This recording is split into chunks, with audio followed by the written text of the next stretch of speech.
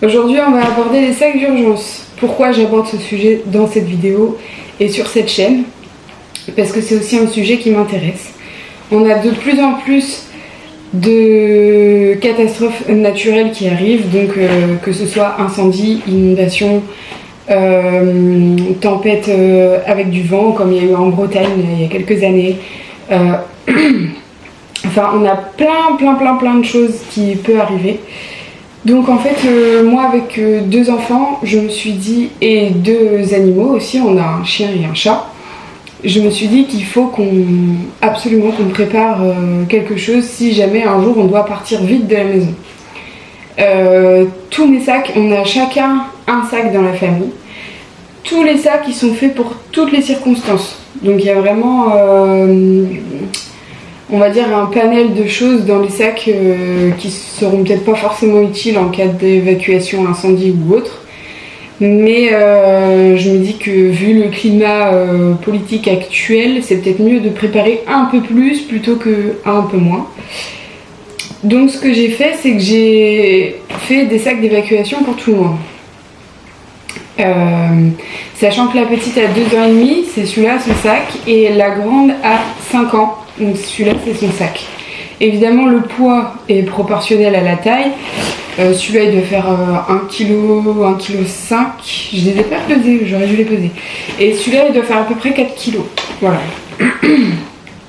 C'est lourd, je sais. Après il y a des choses à améliorer dans les 2 sacs, notamment dans celui-là.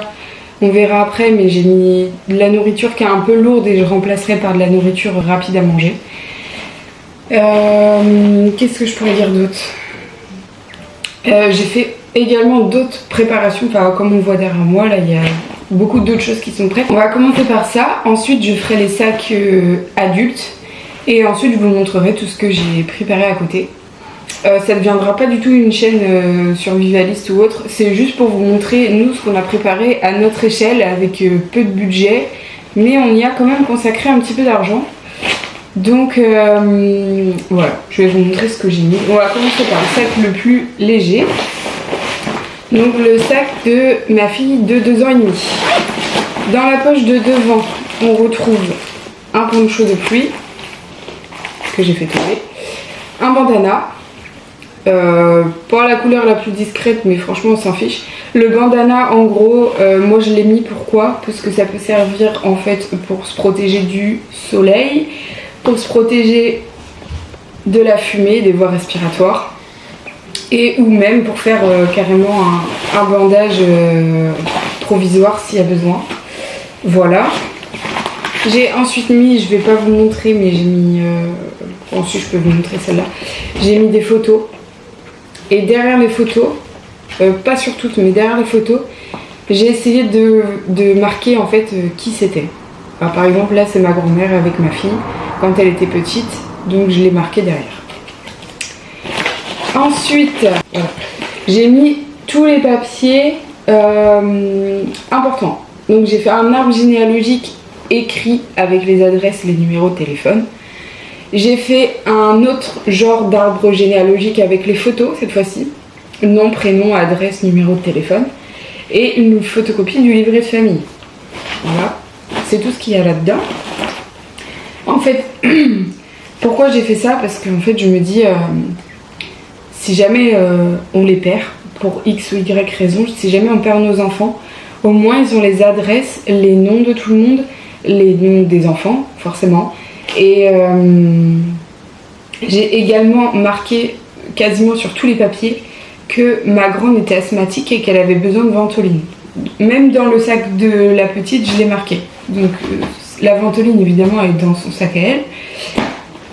Mais même dans le sac de la petite, je l'ai marqué sur le papier. Voilà. Je me dis si jamais, au cas où, ils perdent les papiers. Puis pour nous, le fait que les enfants gardent des photos, c'était hyper intéressant et hyper important surtout. Parce que nous, on adore les photos et en fait, je me dis, si jamais ils perdent toute leur famille, c'est peut-être le seul souvenir qu'elles auront de nous et de la famille. Donc je préfère qu'elles aient des photos, voilà, pour les souvenirs, quoi.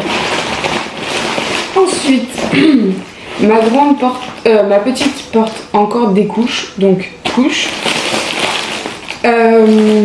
J'ai mis également un... Je sais pas pourquoi j'ai mis là-dedans, mais j'ai mis un paquet de gâteaux et une barre de céréales, ainsi qu'un petit bonhomme. Voilà, pour jouer. Un kawaii qui fait aussi... qui est molletonné à l'intérieur, donc ça tient chaud. J'ai mis une tenue complète de rechange, plus un doudou, hyper important pour les enfants. Un plaid, bon c'est pareil, ça j'aurais pu mettre un mini sac de couchage pour enfants. J'avais pas les moyens d'en acheter un pour que ça reste dans un sac, donc j'ai mis un plaid. Voilà. Et une petite bouteille d'eau. Voilà, c'est tout ce qu'il y a dedans. Parce que je pars du principe qu'elle sera toujours avec sa sœur. Et dans le sac de sa sœur, il y a plus de choses. Ou toujours avec nous, et dans notre sac aussi, il y a plus de choses. Je vais ranger tout ça. Et ensuite, je vous montre le sac de la grande. Donc, le sac de la grande, on va commencer par l'extérieur. J'ai mis un sifflet. Voilà. Un sifflet d'urgence. Je vais également en acheter un autre. En fait, j'en ai que deux, mais je vais en acheter deux autres pour mettre sur les autres sacs. Plus tard, pas maintenant. Mais j'en achèterai, c'est sûr. Ensuite, dans la poche de devant, j'ai mis une grande pochette plastique comme ça, avec quasiment la même chose, un bandana, un poncho de pluie. Ce coup-ci, j'ai rajouté du coup la ventoline et la notice. Normalement, je dois avoir une chambre d'inhalation en plus, mais je vais commencer à lui apprendre à la prendre comme ça en fait, parce que la chambre ça prend énormément de place dans un sac, j'ai pas trop envie de mettre ça dedans. Ensuite, une lampe de poche, toute simple, avec des piles de rechange. Je lui montre à chaque fois que je change un jouet, en fait, les piles d'un jouet, je lui montre comment on fait pour changer les piles. Donc, comme ça, elle saura faire toute seule. Et ensuite, j'ai exactement la même chose. Donc, des photos, photocopie de livret de famille et un arbre généalogique avec les photos. J'ai fait exactement pareil. Parce que voilà, pour moi c'est important qu'elles aient la même chose dans leur sac.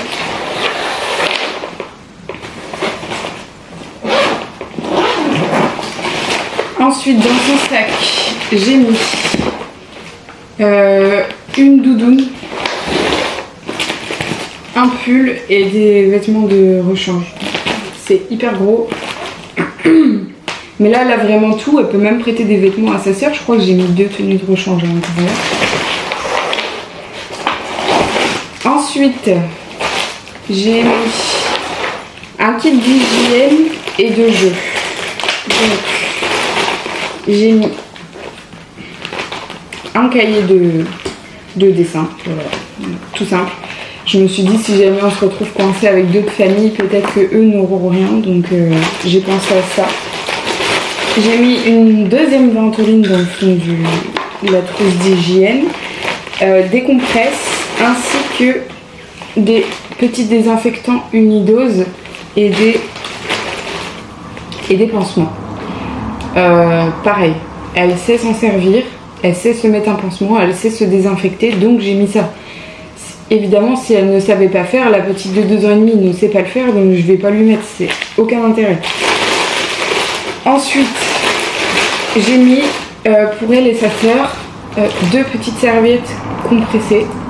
Pareil, il faut que je lui dise qu'il faut les tremper dans l'eau, parce que je suis pas sûre qu'elle sache ça par contre. Ensuite, une petite brosse achetée exprès pour le sac d'urgence. Dentifrice neuf ainsi que 2 brosses à dents neuves pour elle et sa sœur, un paquet de mouchoirs et une petite paire de ciseaux, c'est pour couper les ongles normalement, Mais je me dis bon, il y a toujours quelque chose à couper, voilà. On ne sait jamais. Elle sait couper quelque chose avec un ciseau, donc c'est pareil, je lui ai mis. Sinon je l'aurais pas mis. Ensuite, évidemment, des crayons de couleur. Hop, une gourde. Une gourde filtrante. C'est pas les meilleures, c'est celle de chez Decathlon. Celle-là, il faut que l'eau ne contienne ni virus ni bactéries. Donc je pense peut-être rajouter des pastilles de purification d'eau avec. Mais voilà. Elle a une gourde filtrante, donc elle peut filtrer de l'eau, qui est pas nous, parce que j'ai pas encore acheté de gourde pour nous. Mais les prochaines gourdes que je vais acheter, ce sera des gourdes Oco, parce qu'elle filtre les bactéries et les virus. Donc c'est le plus important. Une petite bouteille d'eau, comme ça sert. Un gel douche.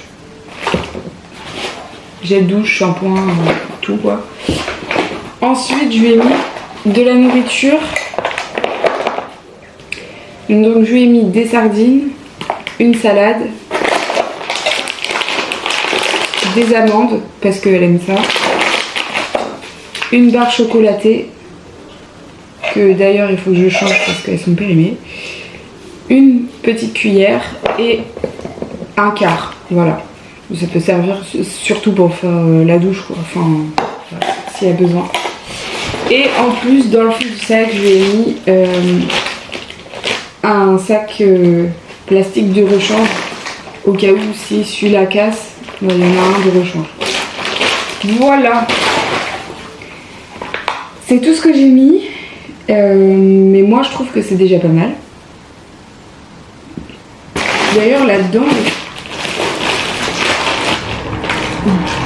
elle doit avoir un doudou.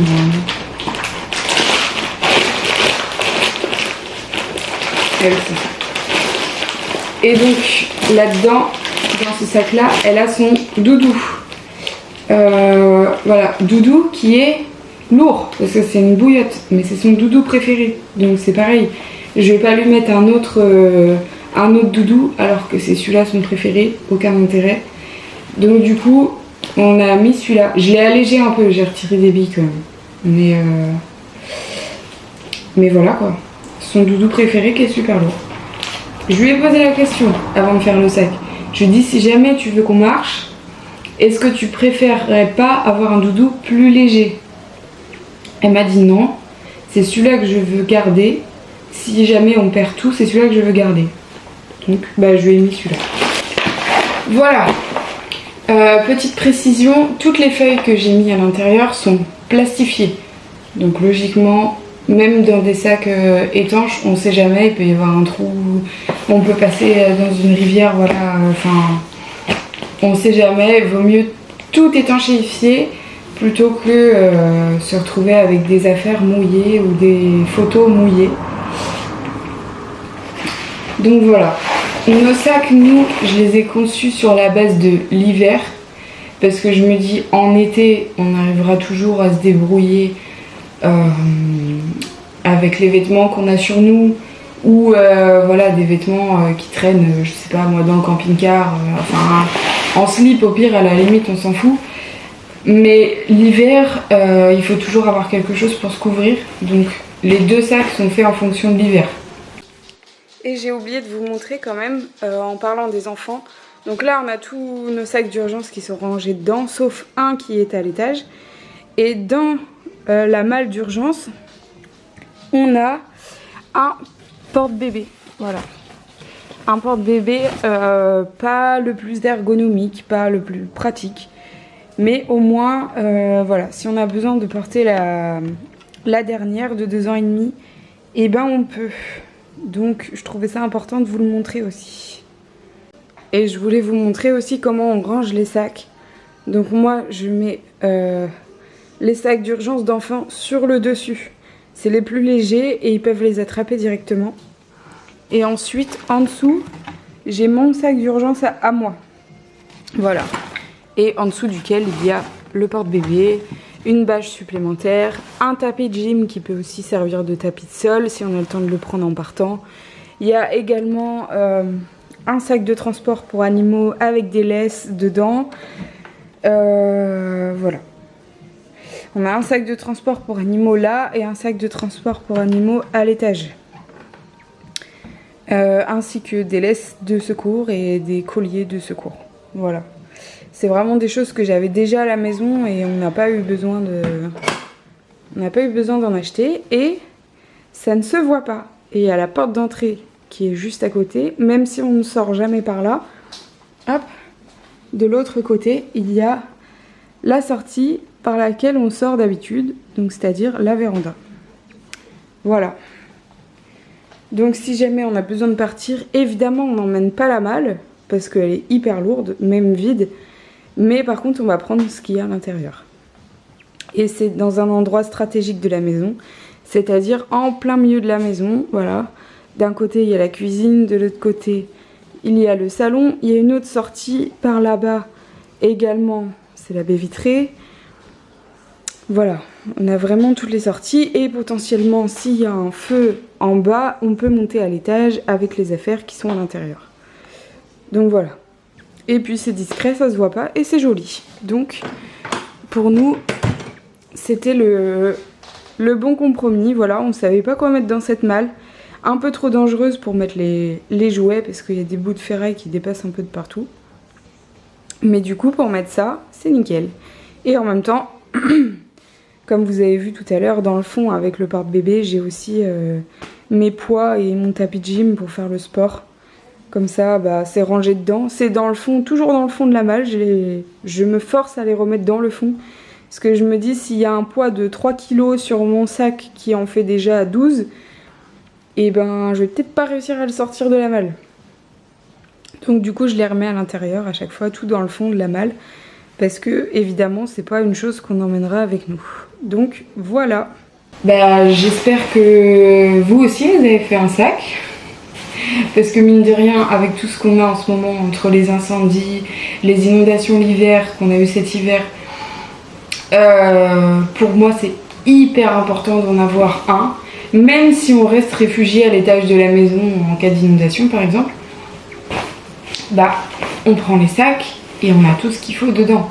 Enfin, il n'y a pas... Voilà, même si on reste ici, il y a tout ce qu'il faut. Donc voilà. J'espère que cette vidéo aura pu vous aider, vous éclairer. Et puis bah, on se retrouve dans une prochaine vidéo du coup. Je vais en sortir une, je pense, sur le reset de la maison après le retour des vacances. Parce que j'ai fait pas mal de ménage. Et puis après, bah, je vais certainement... vous parler un peu aussi potager, un peu récolte de graines, un peu tout ce qui concerne en fait l'autonomie quoi, tout simplement. Le fait d'un camping-car aussi contribue à ça. Si jamais un jour on doit partir loin de la maison pendant longtemps, on ne sait pas combien de temps ça va durer, combien de temps on va pouvoir, dans combien de temps on va pouvoir revenir, etc. On prend le camping-car, enfin il n'y a pas de... On prend les sacs, le camping-car, et au moins on a de quoi dormir, on a de quoi aller aux toilettes, on a de quoi vivre un peu dignement on va dire. Donc voilà. J'espère que ça aura pu vous donner des idées aussi, pour ceux qui sont parents, qui ont des enfants, et qui peut-être pensent un peu de temps en temps à se dire mince... s'il arrive quelque chose, on n'a rien de prévu quoi. Donc voilà. J'espère que ça vous aura plu. Ça change un peu des vidéos camping-car de d'habitude. Et puis on se retrouve dans une prochaine vidéo. Salut!